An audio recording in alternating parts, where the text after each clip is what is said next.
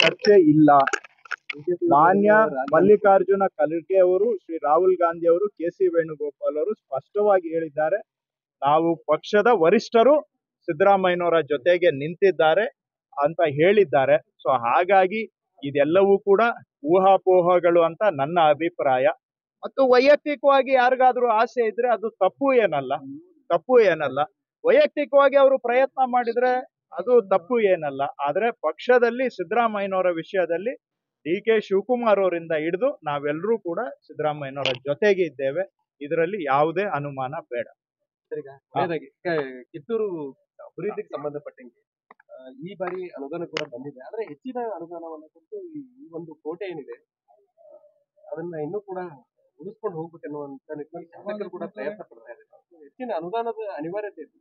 ನೋಡಿ, ಈಗ ನಮ್ಮ ಸರ್ಕಾರ ಬಂದ ಮೇಲೆ ಕಿತ್ತೂರು ಅಭಿವೃದ್ಧಿಗೆ ಮುಖ್ಯಮಂತ್ರಿಗಳಾದಂತ ಮಾನ್ಯ ಸಿದ್ದರಾಮಯ್ಯನವರು ನಮಗೆ ಸುಮಾರು 58 ಕೋಟಿ ರೂಪಾಯಿ ಅನುದಾನವನ್ನ ಒದಗಿಸಿಕೊಟ್ಟಿದ್ದಾರೆ.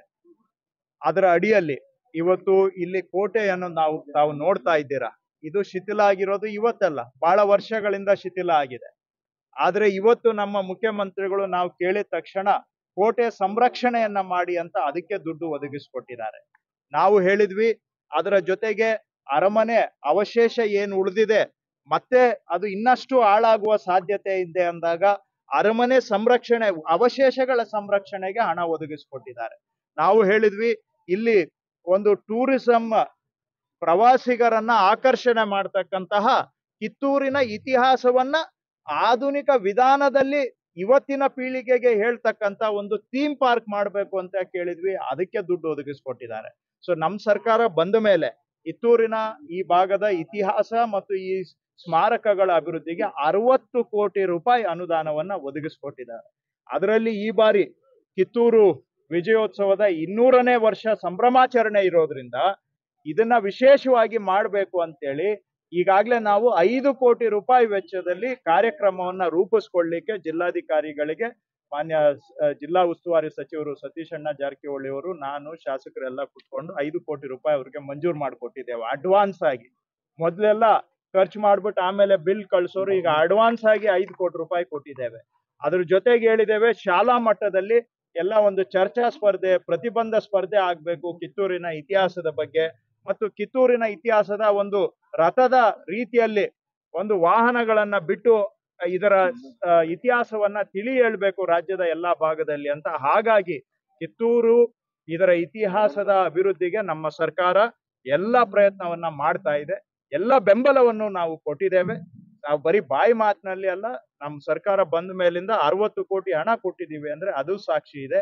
ಹಾಗೂ ಕಾರ್ಯಕ್ರಮಗಳನ್ನು ಮಾಡ್ತಾ ಇದ್ದೇವೆ ನಾವು. ಸೊ ಮುಂದೆಯೂ ಕೂಡ ಒಂದೇ ದಿನದಲ್ಲಿ ಎಲ್ಲ ಮಾಡ್ಲಿಕ್ಕಾಗಲ್ಲ.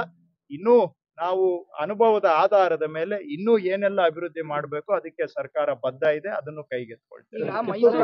ನಮ್ಮ ಶಾಸಕರು ಕೂಡ ಇದೆಲ್ಲ ಆಗ್ಬೇಕು ಅಂತ ಹೇಳಿದ್ರೆ ಅಷ್ಟೇ, ಅವರು ನಮ್ಮ ಸರ್ಕಾರ ಬಂದಾಗಿಂದಾನು ಬಾಬಾ ಸಾಹೇಬ್ ಅವರು ಬಹಳ ಮುತುವರ್ಜಿಯಿಂದ ಕಿತ್ತೂರಿನ ಇತಿಹಾಸವನ್ನ ಉಳಿಸಿ ಬೆಳೆಸಲೇಬೇಕು ಅಂತ ಸರ್ಕಾರದ ಬೆನ್ನತ್ತಿ ಅವರು ಕೂಡ ಬಹಳ ಪ್ರಯತ್ನವನ್ನ ಮಾಡಿದ್ದಾರೆ. ಸೊ ಇಷ್ಟು ನಾವು ಆಸಕ್ತಿ ತಗೋಬೇಕಾದ್ರೆ ಅವರ ಪ್ರಯತ್ನನೂ ಕೂಡ ಬಹಳ ಮುಖ್ಯವಾಗಿ ಕಾರಣ. ಸೊ ಜೊತೆಗೂಡಿ ಮಾಡೋಣ. ಮೈಸೂರು ದಸರಾಗೆ ಕೊಡಬೇಕು ಅನ್ನುವಂಥದ್ದು ಈ ಭಾಗದ ಜನರು ಒತ್ತಾಯ ಆಗಿದೆ ಸರ್. ಮೈಸೂರು ದಸರಾದು ಒಂದು ಪ್ರತ್ಯೇಕ ಇತಿಹಾಸ ಇದೆ, ಅದನ್ನ ಬಹುಶಃ ನಾವು ಹೋಲಿಕೆ ಮಾಡ್ಲಿಕ್ಕೆ ಆಗುತ್ತೋ ಬಿಡುತ್ತೋ. ಆದ್ರೆ ಕಿತ್ತೂರ್ದು ಇತಿಹಾಸನೂ ಕೂಡ ತನ್ನದೇ ಆದಂತ ಇತಿಹಾಸ ಇದೆ. ಸೊ ಕಿತ್ತೂರಿನ ಇತಿಹಾಸವನ್ನೇ ಆಧಾರವಾಗಿಟ್ಟುಕೊಂಡು ಮುಂದಿನ ಕಾರ್ಯಕ್ರಮಗಳನ್ನ ಖಂಡಿತವಾಗಿ ರೂಪಿಸ್ಕೊಳ್ಳೋಣ. ಇದರಲ್ಲಿ ಒಂದು ಕಡೆ ಹೆಚ್ಚು ಒಂದು ಕಡೆ ಕಡಿಮೆ ಅಂತ ಏನಿಲ್ಲ. ಈಗ ಕಳೆದ 1 ವರ್ಷದಿಂದ ಈಚೆಗೆ 60 ಕೋಟಿ ಅದು ಅನುದಾನ ಕೊಟ್ಟಿದೀವಿ ಅಂದ್ರೆ ನಾವು ಬರೀ ಬಾಯಿ ಮಾತಿನಲ್ಲಿ ಬರೀ ಬುರ್ಡೆ ಭಾಷಣ ಮಾಡೋದಕ್ಕೆ ಹೇಳ್ತಾ ಇಲ್ಲ, ಅನುದಾನವನ್ನು ಕೊಟ್ಟಿದ್ದೇವೆ. ಇನ್ನೂ ಯಾವ ರೀತಿ ಇದನ್ನ ಬರುವ ದಿನಗಳಲ್ಲಿ ಇನ್ನ ಅಭಿವೃದ್ಧಿ ಪಡಿಸಬಹುದು. ನಿಮ್ದು ಏನಾದ್ರೂ ಸಲಹೆ ಇದ್ರೆ ಕೊಡಿ, ಖಂಡಿತ ಸಲಹೆ ತಗೊಂಡು ಮಾಡೋಣ. ಅದು ಅಲ್ಲಿಗೆ ಅನ್ವಯ ಆಗುತ್ತೆ, ಇಲ್ಲಿಗೆ ಅನ್ವಯ ಆಗುವಂತದ್ನ ಇಲ್ಲಿ ಡೆವಲಪ್ ಮಾಡೋಣ. ಯೋಜನೆ ಸಿದ್ಧವಾಗಿತ್ತು ಸರ್, ಈಗ ಕೈ ಬಿಟ್ಟಿದ್ದಾರೆ. ಏನಂತ ನಿರ್ಮಾಣದ ಕೋಟಿ ಯೋಜನೆ ಸಿದ್ಧ ಇತ್ತು, ಚೆಕ್ ಮಾಡಿ. ಜಾಗೆ ಸಮಸ್ಯೆಯಿಂದ ಅದು ಕೈ ಬಿಟ್ಟಿದ್ದಾರೆ. ಗೊತ್ತಿಲ್ಲ, ಅದು ನನ್ನ ಗಮನದಲ್ಲಿಂದ ಚೆಕ್ ಮಾಡಿ.